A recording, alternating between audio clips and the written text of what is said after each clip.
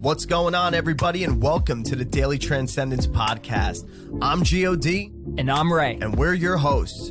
Take a journey with us into the realms of some of humanity's most inner thoughts and theories about what lies before us and beyond the other side. Take a step back with us from the day-to-day heavy burdens of this constant evolving life. From awakening the collective, astrology, the spiritual divine, holistic health, shamanism, and quantum theory, to the frequencies and vibrations of our universe, history, religion, numerology, and so much more.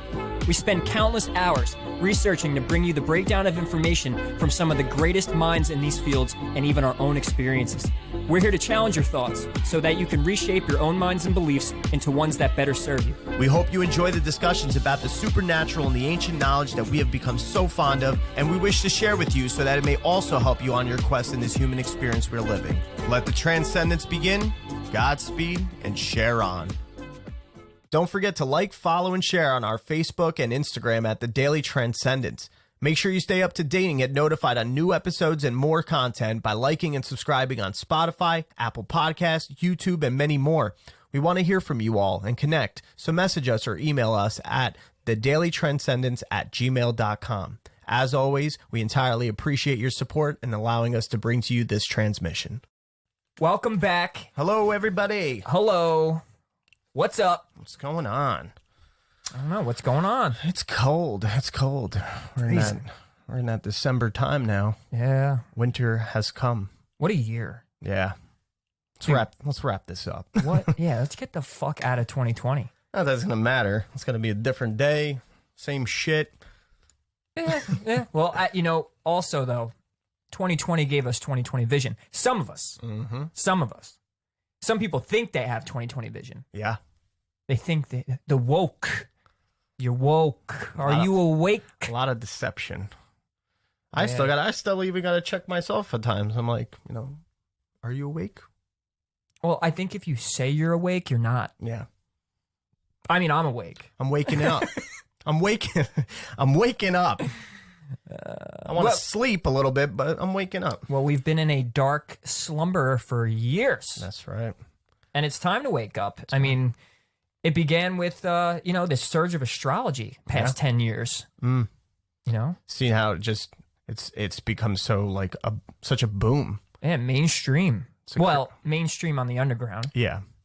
It's become a legitimate niche. Yeah. Niche. It went from a daily horoscope pickup line, icebreaker topic, to sun sign only shit. Yeah, nonsense. Yeah.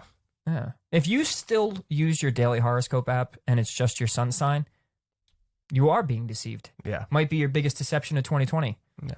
Because that's not how it works. And this is why everyone was so about it's pseudo and it's not really a thing and I don't get it. This jerk off's a Gemini and then I'm a Gemini. Well, he don't act like me. We're completely different. He's not going through the same. What does that mean? Those bullshit horoscopes to just stroke your ego a little bit. Propaganda. Yep. But all right, so what do we got for today? The Divine Matrix. The Divine Matrix. What's that, I wonder? What is that? I don't know. Something like the quantum field. Yeah. The field that connects us all, the web of energy. That's right. So the space between space. Yeah.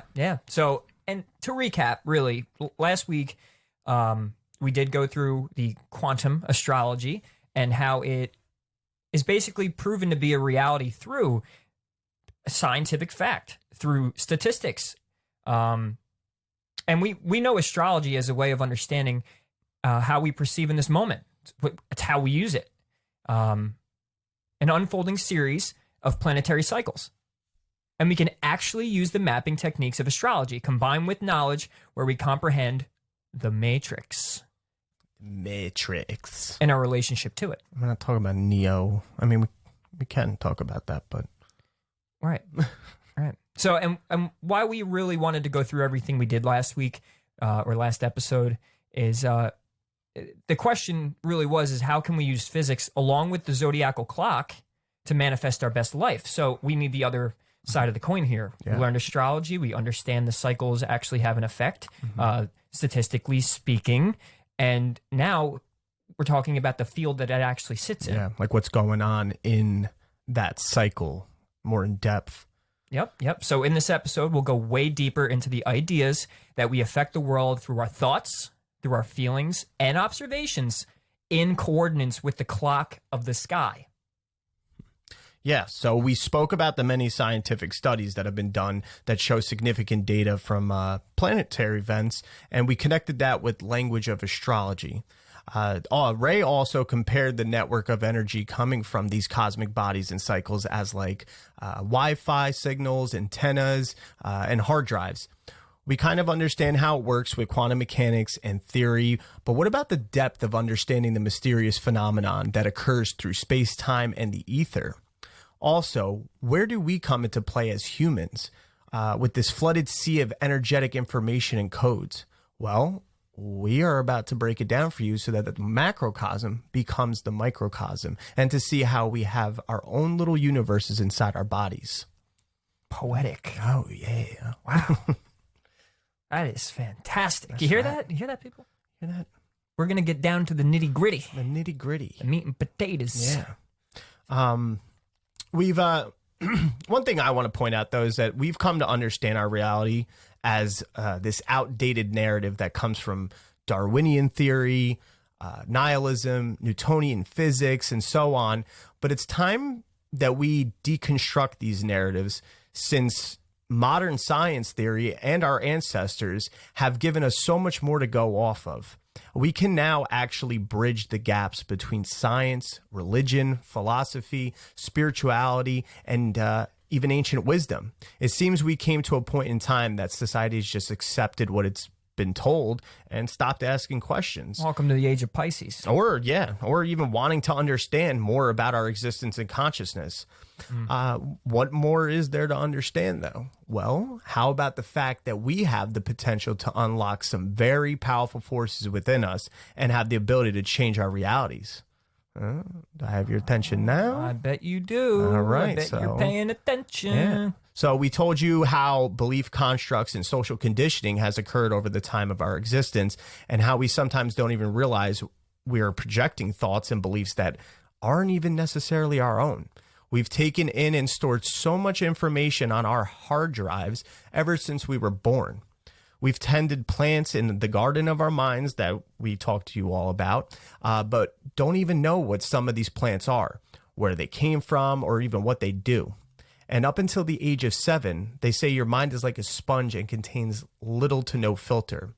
So I think it's time we take an even closer look at what we even think and believe about science, and what we've been indoctrinated with about our story. It's time to dig it up, clean, and replace the contents of our mind garden. Beautiful. And yeah, that's true. And this is why we went back in time to go over where our beliefs came from. How were they developed? There's a method to the madness. Yes, you see how this is now building, or we've built on a foundation here. We needed to backtrack and really realize, where do our misconceptions come from? Where do our paradigms come from? And the fact is a lot of them were unconscious and still are today. So we have to get down to the nitty gritty. We have to understand now what the effect is we have on the field, and our beliefs, how they're affecting that field and how they're affecting your everyday reality. Now, the key to tapping into the power of the matrix, it lies in our ability to embrace the 4 landmark discoveries that link to our lives in an unprecedented way. Here's what modern science knows now, and we will discuss this in more detail as the show goes on. 1, there is a field of energy that connects all of creation. Number 2, this field plays the role of a container, a bridge, and a mirror for the beliefs within us. 3, the field is non-local and holographic. The CIA says so. Every part of it is connected to every other, and each piece mirrors the whole on a smaller scale. Fractal geometry. And number 4, we communicate with the field through the language of emotion. Energy, emotion. Yeah, so real quick. So if they're saying we communicate to the field with our emotions, and things like, new age things that came in real strong, like the law of attraction and manifestation, and people started, really studying how to, manifest things into their life. Well, how were you asking? Were you asking with your thoughts or your emotions? When the real truth is both matter. Yeah, they got to connect the two. Right. The heart and brain coherence, which later on we will also get into. That's right. We have some interesting studies that had gone on, and it actually was during the time of 9/11 when they discovered how our hearts affect the electromagnetic field of the earth. That's right. So with that, something that I want to mention that I mentioned it briefly in episode 6, I believe, and I think we spoke a little bit about it, but not in depth. It's something called the Akashic Records. I don't know if a lot of people may know what it is. A lot may not. So for those that don't, it's an accumulation of all universal events, thoughts, words, emotions, and intent ever to have occurred in the past, present, or future in terms of all entities and life forms, not just human. Anything and everything already exists. Exactly. Like, so for like the theologians, the mystics, and the spiritual, it can be said to be vibrational recordings of your soul's journey from the time you first arise from source, God, universe, whatever, until you return home. Whether it's here on Earth, this lifetime, or a past life, another planet, another dimension or realm, all that you are and have been as a soul is recorded in your own personal vibrational Akashic record. So why am I bringing up the Akashic Library and that database? Well, the late American clairvoyant Edgar Cayce said the Akashic Records, which was coined by Alfred Percy Sinnett in his book Esoteric Buddhism in 1883, it can be seen as the universe's supercomputer, a central storage facility of all information. He said that collectively the Akashic Records are a field of energy that holds the past, present, and future knowledge of all things, and it manifests everywhere all at once, all at the same time, like you were saying, Ray. So within this field are individual energy fields for each being that are immensely vast in their own right. So it's just like our modern Wi-Fi network. We spoke a little bit about that. We can't see it, but we know it's everywhere around us. It's invisible, but if you access it, you can reach limitless information. You can find these secret hidden patterns and codes that are floating around us that are a makeup of information that we then perceive through our observation, and we translate it with our mind and even our intuition. It's the same thing with the Akashic Records. And in order to access it, you need to tune your consciousness and vibration into the right frequencies. All right. Because in reality, everything already exists just in states of vibrations. There's no such thing as unnatural phenomena. We call it unnatural, we call things phenomena. It's just unnatural, it's paranormal. Nothing is paranormal. If it's in the universe, it's normal. Yeah. And the movement of nature is the same everywhere. There's no difference between the movement of electrons, planets, and our movement through life, because energy is the same everywhere. All of reality is a continuous cosmic dance of energy and what we call frequency, vibration. It's a game of appearing and disappearing. Particles that constitute physical reality are, in their foundation, energy processes and not solid objects.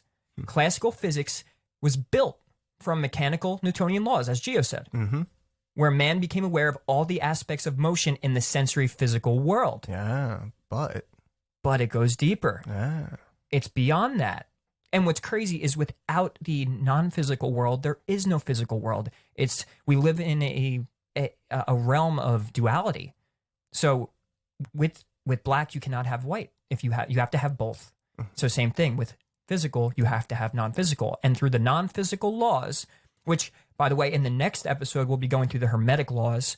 They are the universal laws of the universe, talking ancient knowledge, explains that. These ancients knew this. Yeah. Speaking of ancient knowledge, in Buddhist and Hindu cultures, evidence of this field, this Akasha space is noted in their ancient writings, and they mention this Vedic sage known as Narada. He is known to have transcended consciousness to gather his knowledge and give teachings of great wisdom. Narada was said to have access to some kind of central knowledge that is within the fabric of the divine cosmic order, and he was able to tap into it. The word Akasha is even known to be known as ether. There's more to be known about the history of Akasha, by the way, and how it works, but we'll have a more in-depth episode on that. The point is that even the ancients had knowledge and explanations about the fabric of space and the important delicacy of the ether and these quantum energy fields. It's not pseudoscience, people. Science has shown us that space is not actually empty, and there is a webbing of connectivity between all matter. This can be seen even with Einstein's studies and experiments with the zero-point field. So let's further explore the field itself, the findings and the structures of it. Well, let me add in Albert Einstein. He had said this: "We live in a world which exists independently of us, human beings, which stands before us like a great riddle, at least partially accessible to our inspection and our thinking." Now, that's in contradiction to what we said, because what he's saying is he believes that we will be lucky if we understand even a little bit of how the universe works, and that we can potentially be insignificant. But there was a colleague of his. His name was Professor John Wheeler, who is, I think, alive today. I know he was alive a few years back when I was doing research, but he is alive. If he is, this is recent. He was at the University of Princeton. He was a physicist. And John says completely the opposite of Einstein. Now, they studied the same time with the same information, the same books, and the same data. And here's what John said in contrary to Albert Einstein's quote.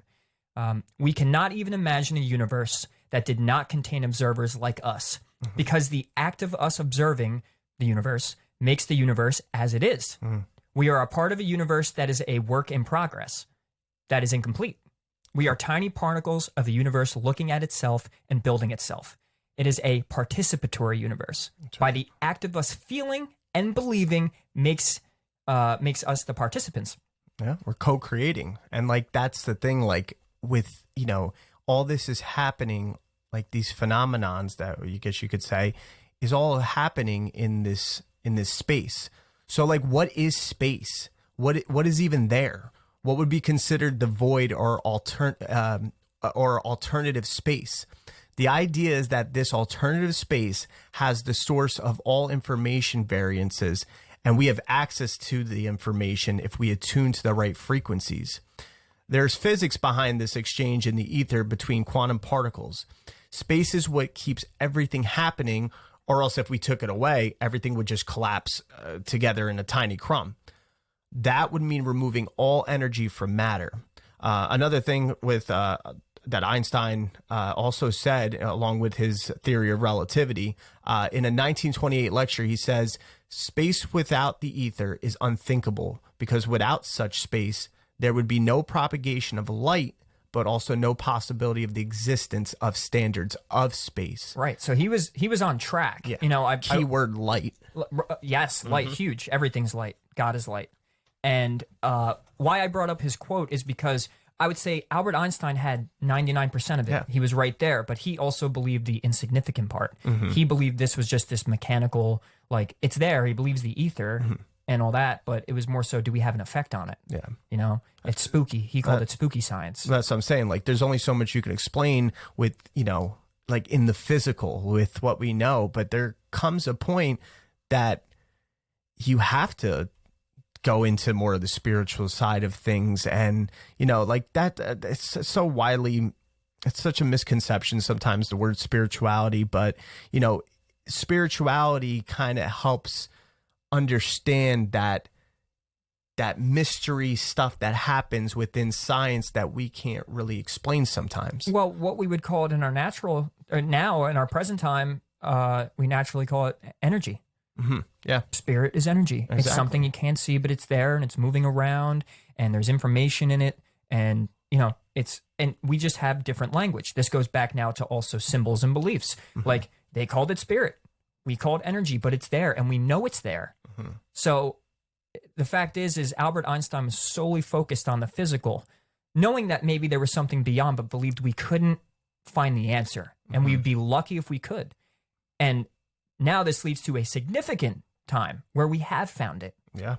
We have quantum physics. We have things to prove to us of the spiritual or energetic world, you know? And it doesn't mean that we're controlling the universe. Now, I believe we do have an effect on it. I don't think we impose our will completely in full, but we are participating and co-creating with it. So, and why I say this too is, you know, the truth is we've never found the smallest particle, and we may never find the edge of the universe. There's a foundation called the Resonance Foundation. It's Nassim Haramein. If you want to go into that stuff, the smallest particle, edge of the more of the deeper science, our age's Einstein is Nassim Haramein of the Resonance Foundation. Please go check out his work. But he had brought up a lot of things like scientists. They built a huge machine called the cyclotron, and these are particle accelerators. They take a particle of matter and they accelerate it into the speed of light, and then they smash it into another particle in an attempt to break it into many pieces, thinking that somewhere in there they might find the ultimate smallest particle of matter, and they never found it. That's how crazy and deep and wild our universe is, and that's how big the mystery is. So you can understand where Albert Einstein was coming from. Yeah, but it goes beyond that.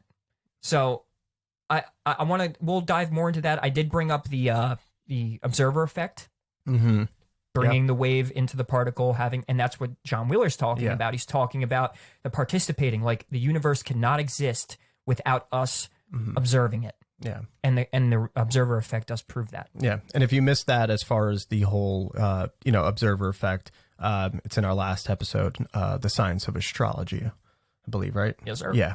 Okay. Yep. But also, matter is all simultaneous particles vibrating, and space is consistent of atomic and subatomic particles that do, in fact, act as if connected. This goes along actually with what you said is that it can be seen when splitting a photon particle. And when you manipulate the one photon particle, no matter how much space or distance is in between, the other one acts the same as the other immediately. Entanglement. Faster than the speed of light. And yes, that's entanglement. The reason is because in between the space, there is a field of connectivity and timelines, and they are occurring simultaneously. So it's like space doesn't exist to these things. Exactly. You can send a particle 3,000 miles away across the planet, and then whatever you do to this particle automatically does automatically. No lag time. No lag time. And the Native Americans identified this as Indra's web, that all things are connected and one. As new age as it sounds, all is one. It shows that there is an ultimate intelligence behind all of this and the matrix of matter, an unlimited mind of information in space. That brings us to look at the brain. The brain perceives and interprets the light visuals we are taking in with our eyes and creating an image and perceiving it and thinking about it. The brain acts like, if you want to think about it, like a radio or a TV. So it tunes into frequencies containing certain information within these frequencies. The brain tunes to the info block of space or the archive. And then now, even though you are tuned into a specific radio station or channel and can only see what's happening on that station or channel, there are also other stations and channels that are happening in the same moment, but could have totally different pictures, stories, or information. Well, and let me add in, because I have a good analogy for that. When you're watching TV, there's other channels on at the same time, but just on a different frequency. Same thing with the radio. If I put on a radio station, well, there's another radio station playing something completely different. Something's coming through that frequency specifically. So our brains work in the same way. Exactly. All the information has occurred or is occurring at the same time. It doesn't work on the same concept as of time as we know it to be. That is our illusion. When the training of thoughts occurs, there is activity, and the activity, when we're thinking, doesn't actually occur inside the brain. It actually occurs outside of the brain. It's showing that it's accessing a field of information, and you're not your thoughts, and your thoughts are not you. Ooh. Yeah. It's deep stuff. We tune into a script and a timeline that already exists, basically. Yeah. So because everything and anything exists, like we said at the beginning of the episode, it's already there. Yeah. So because it's there, you're actually tuning in. It's like nothing's original. Yeah. So with that, think about beliefs. Right. You could go back to thinking about beliefs. Exactly. Because they're there. Don't think anything you've ever thought of is original, because our brains are constantly receiving and transmitting quantum information. Every perception of things like light and heat come from atoms and electrons, which are quantum particles moving in and out of the brain at all times. There's been much research around consciousness and intentions, how we use thoughts, how we transmit them, and how they affect the world around us. The idea here is, the brain is a multidimensional interface. It's aware of information on multiple structural dimensions. I mean, everything's vibration. What you're seeing is vibration. What you're hearing is vibration. What you're feeling is everything, right? That's not, so no euphemism or anything. We all know that. We all know that to be a fact and true. Right. And, you bring up beliefs. Beliefs are what guide us. It's the gasoline in the car on the highway we're driving down, In the same way, sound creates visible waves as it travels through a droplet of water. Belief waves ripple through the quantum fabric of our universe to become our bodies, to become healing, abundance, peace, disease, or the presence or lack of suffering in our lives. Just as we can tune to a sound to change its patterns, we can tune our beliefs to either preserve or destroy all that we cherish. Yeah. Right. So let's get back to, because we did discuss beliefs in episode 2. Let's get down. I got a question. Where do most of our beliefs come from? Well, you think about it from a young age. What are we're experiencing things around us. So, you got to think about what other people are in our lives. So you got your mom and your dad. Those are like the first ones. Yeah, you got family too and stuff, but it's your mom and your dad. And your mom and your dad, as you grow up, they instill beliefs in you. But as you get older and you start venturing out in the world, besides family, you start getting teachers, pastors or priests, bosses, everything. There's everything. Just living and experiencing things. You're also falling into a paradigm of beliefs as well. Like, let's just say, I'm trying to think of an example. Like, you go to a church. Okay, yeah, let's say that. Well, no, I'm trying to say more of like just in your normal daily routine. Like, you're going about your day, and you see, maybe you see an old person while you're out food shopping, and you see this old person, and you see them walking slowly. You probably like, oh, they probably have arthritis or this and stuff like that. Like, why do you have that thought process about the person? Maybe they just like to walk slow, something like that. Like, I know it's a stupid analogy, but I get it. You basically are just, you're basically just have a belief because of experiences. Maybe you've experienced an older person that does have like certain ailments like that and like does need help or whatever and stuff. And then that could lead to a thought and then an action. You maybe want to help the old person or something like that. Maybe they tell you to get the hell away from you. Creeping them out. Yeah, and like, I'm perfectly fine. I could do it on my own. Goddamn kids. And right. So he's exactly correct. And I'm gonna say, like, as you're going about your day, you've everything you do now in your daily life came from somewhere. It has an origin, and we get these beliefs from other people. But not only that, we get what history tells us, what science tells us, what religions tell us, what our culture. I think culture is one of the biggest ones nowadays. I mean, I'm sorry, young generation, but the whole bet and lit, and it's funny just being 30 years old. Oh God, it's gagging. And no offense, but why is because I watch the evolution of culture. And it's one thing if you say these words or you listen to this type of music or, you talk a certain way, but I watch people become the culture. They you're not your beliefs, but when it comes to the average human being nowadays, or at least, the average sheep, should I say, no offense to anybody, but the average sheep, they embody the culture. You know, they embody the religion. You have religious nut jobs out there. Praise Jesus. You're reading all that shit about the stars. I'll fucking kill you. It's the same old guy that you were just trying to help. It's a sin. You're going to die. You're going to go to hell. I could fucking walk. Get away from me. And by the way, fuck your astrology. You know, but the thing is, too, is, you know, really, all that's whatever. But now, he said 0 to 7 is vital age, right? Well, think about kindergarten, going into, you know, school, and you know, you're around other kids. Those kids got beliefs from their parents, and they have the same thing going on with their environments, have placed beliefs in their head. And history, I find this very vital here. But his story, Drake wasn't kidding, bro. That was a good line in his. But it's a truth. It's his story. The history comes from the winners. Yeah.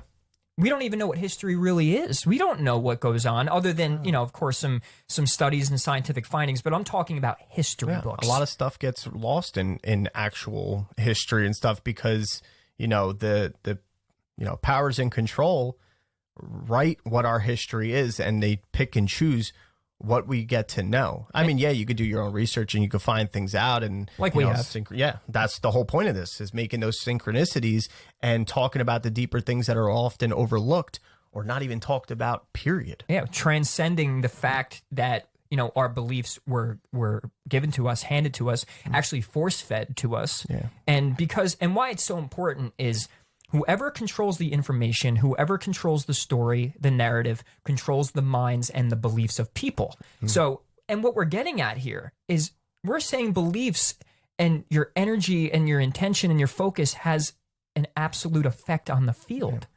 We're connected to one another, to the earth, to the universe. It's not some hippie shit. It's for real. Yeah. You got me thinking now with the whole like lit, like bet, all that. It's programming. You guys are all worried about the ops. I don't even know if I'm saying it right. The ops. But you're all feeding into the op. Oh. Yeah. Psyops. That's right. You know, and the thing is, I think it means opposition, I guess. The ops. Oh. I don't even know. I don't even want to know. You know, I don't want to know. I don't want to know your nonsense. But what to get to my point here is, what if they're wrong? You know, the world is a mirror, and you've adopted an external perspective, you know, from other people and other things. What if this is setting the stage and template for our reality together? This is something to keep in mind, you know, as we learn how quantum theory allows this to be a true function of consciousness, you know, our consciousness affecting the field. This is unlike any other time in history now. You know, it matters now because look at the world. You know, 2020 was a crazy friggin' year. Yeah. You know? What beliefs are we allowing to settle in right now during all this because of society and what's going on? Like I talk to a lot of people and they constantly say how like they'll be watching like an old movie or a show or a video or something, right, and all of a sudden like they're concerned about people not wearing masks or social distancing. And it's like that's how powerful the mind holds on to things when we are molded in a certain way. And we have been molded to basically look at fear as a virtue.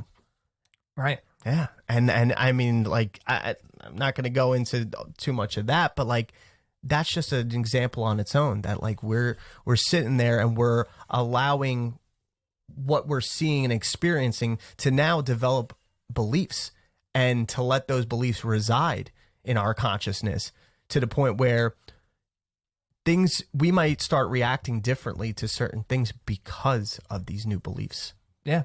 And because it's affecting the field, you know, we're communicating to it through emotion and all that. So imagine a heightened emotion and what that's doing and what that's bringing to us. You know, if the world's a mirror and we're constantly putting out racism and politics and my religion and my color of, you know, my party. We think the world is shit then. We think the world is, it sucks. Everything's bad. Like, so shit vibration goes out, shit vibration comes right back in. Yep. And, you know, you got to feel bad for the people that, you know, that aren't aware of this because they're doing it to themselves. And then it's like, you know, that whole, what you put out is what you get back. That's also not a euphemism. That's a real scientific thing when it comes to quantum physics, proving consciousness breaks the wave into a particle and your your emotional energy is basically tapping into the field. It's like how you talk to God. It's what prayer is. You know, most people pray, by the way, on Sundays. And by the way, prayer works. But it's about the combination of feeling and thought. Now, if you're coming from a lack vibration, meaning if you feel inside lack, you know, fear, insecurity, and you're asking God, say, or the universe for these things, well, you think about what you're communicating to the field through your feelings. When you pray, you have to, dude, prayer one-on-one right here. You have to literally, I don't care what position you can get in. You can go missionary, doggy, or you can get on your knees at the edge of your friggin' bed. All right, whatever you want to do. But you need to channel that energy into you, and you have to feel as if it's already done. And when you pray, you go, I have it already. Yeah. You know, this is why when we pray, we don't get what we want, because it's a form of manifestation. It's a ritual, and it won't work unless you're communicating to the field. Frequency is the language of the universe. Exactly. It can't just be, you know, imagery in your mind, you know, or just thinking the thoughts and stuff. You have to embody the full emotion behind it, like you said, as if it's already been done, as if it's already been accomplished. Because the thing is, if everything's happening simultaneously all at the same time, it already exists, that reality of which you want. It's already there. We're going to go more into law of attraction and manifestation very soon, though, in the next... Yeah, next in a few episodes, because the next episode's a rather very relevant one and important, and something's going on at the end of the year. Yeah, and we call it the Great Conjunction. Yeah, we're gonna do a little step away from what we're going on, but it has a lot to do. It has a lot of relevance to what we've been talking about. Right. Yeah, and why we want to do it is because it's about to happen, and we'd love to give information to everybody where they could see it happen in front of their eyes. We find it a perfect opportunity to teach everybody about a certain planetary cycle that happens. And where it's happening this time around it goes back 800 years. Yeah. So it's very, very vital and important. And this whole year has led up to it. There's also another transit that happened in January we'll talk about that brought on the plague. I think I mentioned it in one of the episodes. But to cap off now the field, we know about beliefs, we know about the field. And, you know, we're in an intelligent field of energy that unites the universe. Our bodies and our world materialize this field. Emotion is the language that translates the quantum possibilities of the field into reality. And today, modern science is beginning to understand that these heartfelt feelings has a direct effect on the stuff and of our world is made of. The atoms, the molecules, and our physical world. But where I want to go, because we have an understanding that, is the heart. That's right. It's very important. Why the heart? The heart? Well, I mean, you think about it. You know, that's our core. That's what pumps the blood, sends out signals. Center of life. That's it. It's the center of life. But there's something very unique about the heart. You know, we're constantly focused on the mind, you know, especially when it comes to beliefs, thoughts, mentalities, emotions, and consciousness. You know, we think it, you know, like I said, we think everything kind of resides in the brain, but, you know, we're more of just a vehicle. And I think it was Bruce Lipton. Oh, yeah. Bruce Lipton said, he's like, you know, when they go to space and they send a rover on Mars, you know, but the rover has all the, you know, signal antennas and to be able to, you know, experience the environment, you know, but the scientist at NASA is sitting somewhere on Earth, you know, watching it from a screen and interacting that way. Magic. That's kind of like how we are with our consciousness and our body. Our bodies are like Earth rovers. Yeah. That's what he said. That's a great you know, little analogy there. Exactly. And, you know, there is an ultimate consciousness, a oneness that is experiencing life on Earth through us, our bodies, our Earth rovers. Right. Right. And, you know, it's funny you brought that up, too, because it reminds me, and this is also a good point here, that if that rover's on Mars and the guy's here on Earth and how far away that is, but how does the picture get to here? It travels through the ether. Immediately. There's no There's space, but there's no space. The way that the universe communicates with itself is it's through that etheric field, you know. And it's funny. Ethernet. I mentioned that in the Aquarius episode. You know, Ethernet. It's the same thing. And you know, your Wi-Fi comes from the router. It hits your phone. All of a sudden, magic. Whoa. You know, same thing with us. We're human Wi-Fi antennas. You know, we're just like that rover is sending back a signal to the guy on Earth. We're sending signals to each other. You could think of people and send them energy. Yeah. This is proven here, and we will prove it. I assure you of that. But the human heart is the most powerful source of electromagnetic energy in the body. It produces an electrical field 60 times stronger than the brain. It produces a magnetic field 5,000 times stronger than the brain. You're talking. You want to come at me with brain nonsense? The heart's got that's where the power is. So the emotional state of the heart can be measured in the electromagnetic field, and this electromagnetic field envelops the body and extends outward into space. So the heart is by the way, the first organ to develop, right, and the last to stop the moment of death. Yeah. Wow. Comes in, see you out. I also think it's our core. It's the core of our life. And, you know, I think you actually mentioned this in one of the other episodes, how you said the earth has a core, right? And there's a field. We know that, you know, there is this Taurus field, around the earth that comes from this electromagnetic energy that, you know, is there. And it's the same thing with our heart. You know, it has a field and it radiates outward. Well, and through our core. And scientifically speaking, the earth has an iron core. If we're talking about the round earth, it has an iron core. That's right. Right? And it has a pumping effect. How ironic. That's right. Oh, it's wait, a pulse. What's blood made of? Right. And magnetism. Yeah. And blood there's iron. Iron, right. And that's the thing though, like magnetism doesn't happen in a waves. It happens in pulse-like motion. It's like boom, boom, boom. And that's crazy that our heart does the same thing. Yeah. And the heart, actually, the scientists found 40,000 neurons in the heart. Neurons. You heard me, people. Neurons. Brain, it's a brain. Isn't that more than the brain? What? Then isn't the 40,000 neurons in the heart? I don't know if it's more. I won't say it's more because I feel like you can grow. You could, it's something we'd have to look into. But because the heart has neurons in it, the heart and the brain are in constant dialogue. The heart actually sends more information to the brain than it receives. This electromagnetic phenomena that I was talking about, like emanating off the body, it could be measured 2 to 3 feet away from the body with scientific equipment. Some scientists suggest that it travels much further than mentioned. Each individual's field interacts with the field of the earth, according to scientists, passing on coded information. When two humans communicate, it's not only words, gestures, and body language.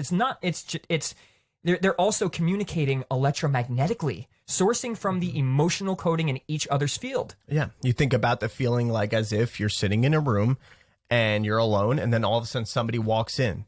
They don't have to say anything. They don't have to do anything specifically. Don't you feel a different presence of energy in the room? Don't you have a different, you're aware. You're like, oh, there's something here. There's someone here. I know you physically see it, but there's also a feeling associated with it. You may be annoyed that the person's there. You may be whatever, and they didn't have to do anything. Well, because they're watching a certain channel, right? Now, if the channel they're watching, meaning their beliefs and thoughts and all that, the channel that they're witnessing the reality on, they're now bringing their little quantum bubble, their little reality bubble into yours. So I believe that there's a dissonance to that. If they see things opposite to you or discordant into way you say, if you're a real positive person and a real negative person walks in, I had a lot of experience working in the food industry with this. Yeah. I know you could vouch as well. But yeah, like you're in a good place and some jerk off comes in and brings in this negative vibe or this and that. You feel that. Yeah. It's not just nerves or, like your blood pressure rising. It's energy. Yeah. You feel it. You feel it in your gut, in your core when stuff like that happens. Even the same thing with heartbreak, Oh God. Yeah. Yeah. We all know that. And picking up somebody's vibe isn't just hyperbole. It's scientific fact. Since all living beings have electromagnetic fields, they all tend to affect one another's biological systems. You know, fun fact, from a mother's brainwave syncing to her baby's heartbeat to human-animal interactions and experiments, that studies show that let's say when a man feels love for a dog, both hearts of each being would show coherence. This was a scientific study. Yeah. Same thing with the mom's brainwaves. It would sync with the baby's heartbeat. Yeah. I think it was, or maybe the opposite way, but they would sync. Yeah, it was to the heartbeat, right? I remember. Yeah. To cap this off with the animal thing, like the dog, like their hearts would be in coherence, like they'd be on the same frequency. Horses' hearts produce an electromagnetic field 5 times stronger than humans, and studies show that a horse and human have the most profound effect on one another. Fun fact. Yeah. I mean, think about it. Anybody who's ever been around a horse, if you ever stand around a horse, don't you just feel like you're just in the presence of like this beauty and this innocence? Like, I know if I'm like around a horse, like I feel mesmerized. Doesn't matter how many times I see a horse. Oh, absolutely. Yeah. They're gorgeous. And if they're pissed too. Yeah. They pick up on the littlest things, and it's all energetic. You talk to any horse trainer or anything and stuff, they pick up on it. That's why they tell you, approach with confidence, don't be timid. And, all these things is because the horses are very in tuned and sensitive, and like you said, they have that heart brain. Yeah. And animals, because they don't have, like, us humans are smart and we're on top of the food chain, and we think we're this, in which we are sentient divine beings, but we don't use our machinery properly. We don't like animals don't have really much of an inside world, or at least they don't have like the part of the brain where they're thinking about things much. They don't have the complexity and the mechanisms as humans do. Yeah. And well, we block that, right? We block that ability. Now, animals have this natural ability to tune into the vibrations of the earth because they're nature. Yeah. We have this part of us that feels like we're separate from nature when we're not. And you can apply this knowledge, by the way, to your personal relationships. Think about it. Your friends, your family, your relationships with the world itself. Think about that. Yeah. You're communicating to it every second of the day. That's the thing. You could think about it like that's with everybody. That's where that oneness comes in, because if we all have these energy fields, we all have this aura to us, and then it's extending outwards. You think about how we're constantly connecting with, maybe other entities and other, frequencies that maybe aren't even human or natural. But not only are you, with the earth as well, but you're also interacting with other people, and everybody's connected. So therefore they're all connected through this ether and this space and consciousness. And all these feelings are occurring. Like, kind of makes sense why things could seem so chaotic or whatever. But if you think about how great it would be if everybody can tune in, there needs to be individualism, of course. Oh yeah. When it comes to how you express yourself and everything, but if everybody had the same, loving intentions and that unity within them, heaven on earth. And it really literally would be heaven on earth. Yeah. This is supposed to be heaven. This is heaven. Dude, it's a garden, man. Yeah. It's a garden. The earth is a garden. Yeah. Like it's paradise, but us humans have this disconnect at the moment, and we're not helping it at all. We're destroying it. Yeah. Where you don't have to worry so much is when why we've brought up astrology every now and then, actually every damn episode, and why it's so important is because at points in time where we need to learn lessons, or where we're at in the story. Now, there is free will, but there's divine will. There's this divine clock. And if we're going, like right now, which in the next episode, when we talk about that great conjunction, right now is a time where everything is supposed to be kind of decaying, destroying, time to rebuild. It's time for the new age. How ironic, new age, new stuff. But we have to destroy the old. We have to destroy the old belief systems. We have to destroy the old government. We have to destroy the old culture. Everything has to change for this new age to come in. And by understanding quantum physics and understanding how the world is a mirror, we're understanding how this is all a reality.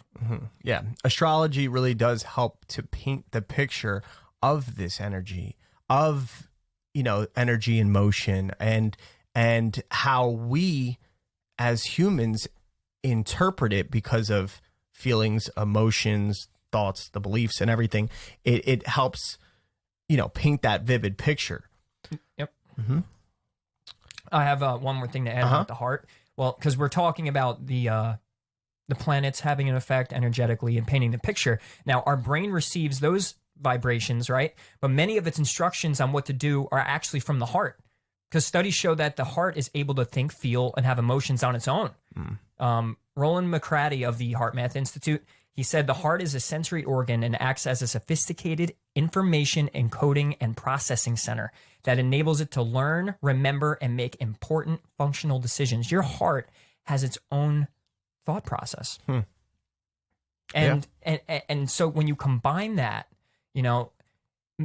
who's not to say, I'm going to assume that the information that comes through the heart, because a lot of religions has said that God lives in the heart, or Jesus lives in the heart, that a lot of the divine and say correct or the right thing to do, the source intention, it comes from that, right? The natural. There you go. Yeah, the more natural divine intention and energy would come from the heart. Yep. Well, I mean, it would make sense too. I mean, since we said that when you're thinking thoughts, you're not really thinking your own thoughts, and your thoughts are not you, and you're not your thoughts, because of the fact that science has shown that they occur outside of the brain, because we're tapping into an informational database. So if that's the case, it would make sense for the heart to be the actual divine intuition that, yes, it's not our thoughts still, but it's our experience. It's our experience of that divine feeling, that divine intention. Like we could tune into that with our heart. So imagine the capabilities of syncing up the two, your mind and your heart. Right. Right. And this is why they claim meditation is so important, because what you're doing through meditation is not just shutting the mind off to sit there in a yogic position and just, be one with the universe. It's more so to shut off the paradigms. It's to shut off the disconnection you have to the heart. Yeah. So when you shut off the mind and you get all of your your belief systems that were put there, and everything that you've been thinking about all day and all the stress and all the craziness, you shut that off and you get in touch with the heart. Yeah. It's kind of like God would be talking to you. I've heard this. I definitely said this. I'll say it again. Prayer is when you talk to God. Meditation is when God talks to you. Exactly. And like you even see, there's a lot of like monks, yogis, like all that, when they're meditating, a lot of them, what they'll do is they'll, however's comfortable for them, they'll place or like touch like near their heart. This way, because it brings the touch, the feeling, the sensory, brings more of an awareness to the heart. So therefore, you're able to come out of your logical mind and to go more into the heart feeling, like that feeling when you get like that, like butterflies. Think about butterflies. Yeah. Think about like that. Oh, I got a bad feeling, like, or whatever and stuff. Like that's your intuition. That's coming from the neurons in your heart. It's a feeling. It's an energy that is coming into your energy field. And so for you to be able to bring that awareness to your heart allows you to tap into that divine energy, allows you to tap into that divine source of information and intuition. And then when connected with your logical mind, after the logical mind has been cleared of those paradigms and everything, then you can better look at it from a certain outside perspective with more of a divine perspective, and therefore be able to allow a free-flowing, pure, loving, and cooperating, harmonious energy. Beautifully said. Exactly right. And, it's funny. With the clock in the sky, that's like our signal. It's what we look at physically to say, hey, it's this time, but it's emanating a natural energy, like the universe has its plan already. Like I said, we have free will. You can choose not to. You could crawl in the mind and get out of the heart and think you know everything. Take the left-hand path and you're your own God and you're not connected. See how that works. Yeah, see how it works. And it might work out temporarily for you, and you think that's how the devil gets you, or whatever you'd want, whatever symbol you want to use. If it starts working, it'll boost up that ego, and you'll start living in purely that ego. Yep. And when you live purely in ego or edges got out, I like that. And when you live there, now you've lost you have a disconnect now to that information, to that knowledge, to that divine spark that wants to communicate with you, that loves you, that wants to help you and help the world, because we all are that thing. It's ourselves. We all are the field. We emanate and come from the field. And something actually, because you said, that wants to help us. For certain people, because I know there's those people out there that they always said this, even, as a Christian, like when I would talk to people, they'd be like, okay, well, if God loves everybody and all this stuff, why do like little kids get cancer and stuff? Well, here's the thing. Yes, I think, it could be passed on genetically. I'm not going to get into the whole karma thing, but the genetics, like our DNA, that also is something that's occurring and adapting, because of our environment.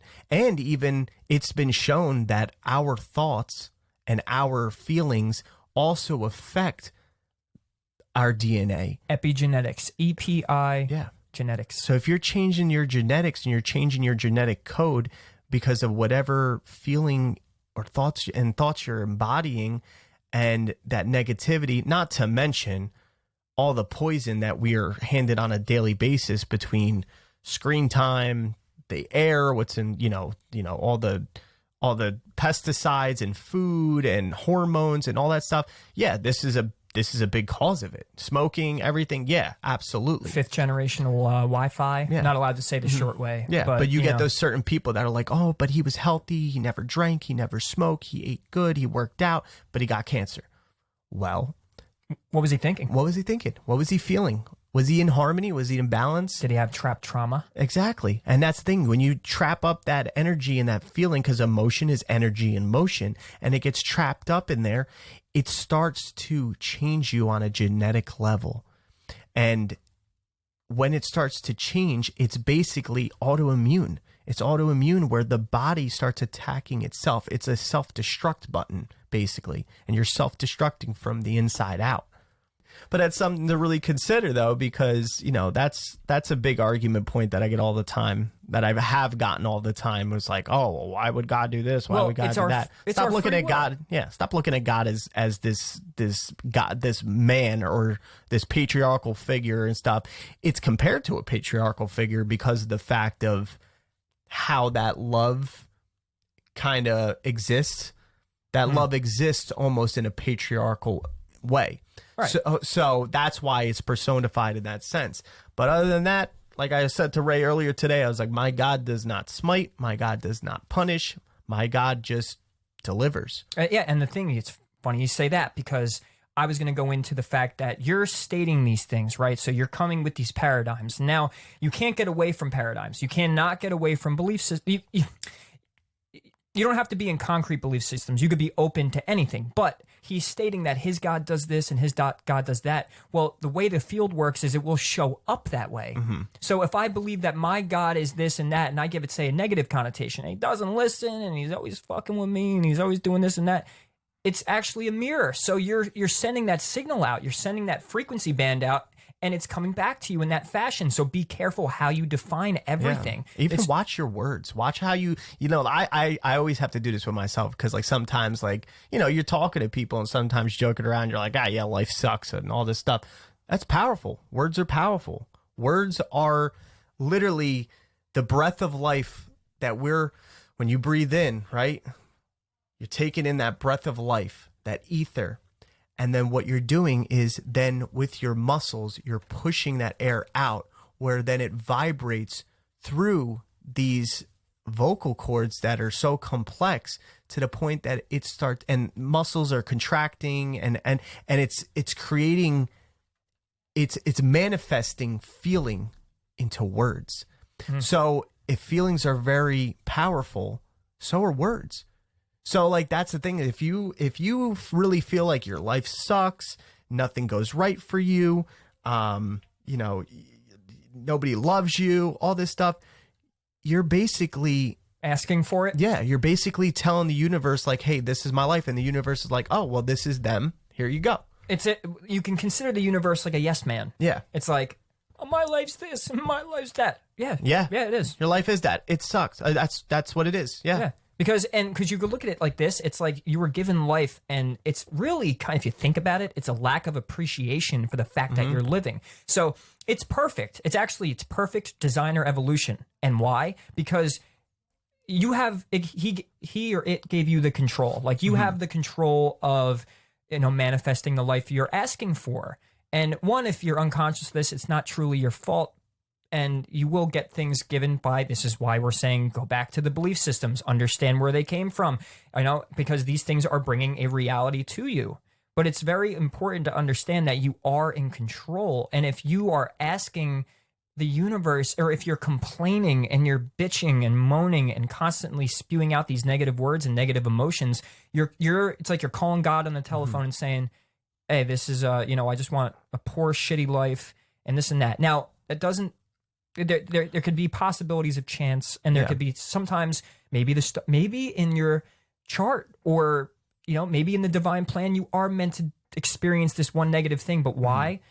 It might affect the world around you. And it's to bring you to a certain stage in your life that you need to be brought, or to spare you of something. Right. So that's the thing. So and then the hindsight and the opposite side would be, so if you're sitting though in that constant state of gratitude and love and compassion and integrity and harmony and balance, then that's going to show up in your life. When you're feeling those emotions, if you feel abundant already, like, I always try to tell myself too, I'm like, I just moved recently, and I found myself, feeling a little, and complaining a little bit about where I was at. And it just I just started feeling worse and worse, and things started looking worse and worse and worse for me. But then I realized, and I called myself, and I'm like, wait a minute. I was like, instead, I should be grateful that I have a roof over my head, that things are actually going well in other parts of my life. And why am I going to hone in and focus on, something that may not be of my liking or at the moment? That's the thing. It's just going to make it worse. So instead, I'm now falling into that category of being grateful and showing, okay, what do I have gratitude for? Not just the basic things, but like, what's that? What do I feel like? And I look at myself now as abundant. Like, I'm abundant. I have what I need, when I need it, and how I need it. No matter what it may be, I have it already. Signal goes out. Exactly. Signal and I'm comes telling back. myself, and I'm feeling it. I'm not just thinking it or imagining it. I'm feeling it as if I'm already experiencing it in that moment. Like, it's already there. That's where the law of attraction had it wrong, because they told everyone if they think positive and this and that, it's not about thinking positive. It's about feeling positive and combining that with the thoughts that you are, say, the things that you were requesting. So if I'm thinking about my bank account, I'm not just thinking, okay, $1 million, full bank account, whatever. I have to feel like that millionaire. Yeah. You feel like what kind of gratitude would I have being that millionaire? Like, I am that millionaire, right? In that moment, I am that millionaire. What kind of feelings of gratitude am I having now that I'm a millionaire? Now, throw it. What good things do I want to do being a millionaire? Like, you obviously are going to do some things for yourself as well, but like, what kind of great influence can you bring from being in that position, and feel what it would feel like to accomplish those things as if you already did, and to also, yes, visualize it and think about those things, because when you are tapping into that and you're visualizing that and you're feeling it, you're tapping into the frequency of that multidimensional reality, that realm that already exists. Changing the channel. Different timeline. Yep. Yeah. Different timeline. Yep. Changing the channel. That's right. Like because everything exists now. So, but it doesn't have to be all day, every day. But this is why meditation is so important. You should take at least, start out with 5 to 10 minutes in the morning and 5 to 10 minutes at night. And, in the morning, your meditation should be, thank you, God, or thank you, whoever you're praising, thank yourself, thank the world, send love out, send good vibrations out, and then watch your day unfold. Try and hold that as much as you can. But even just that 10 minutes of sending out that signal, the universe will hear you.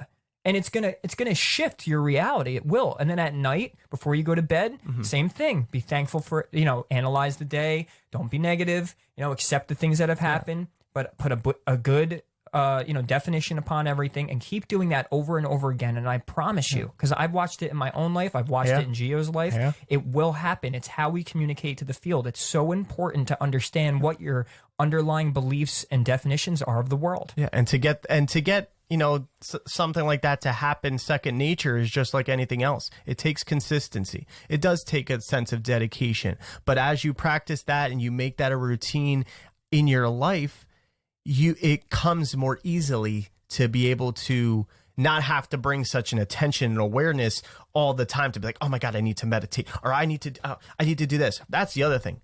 You don't need to do anything. You don't have to do anything. It's not that you should do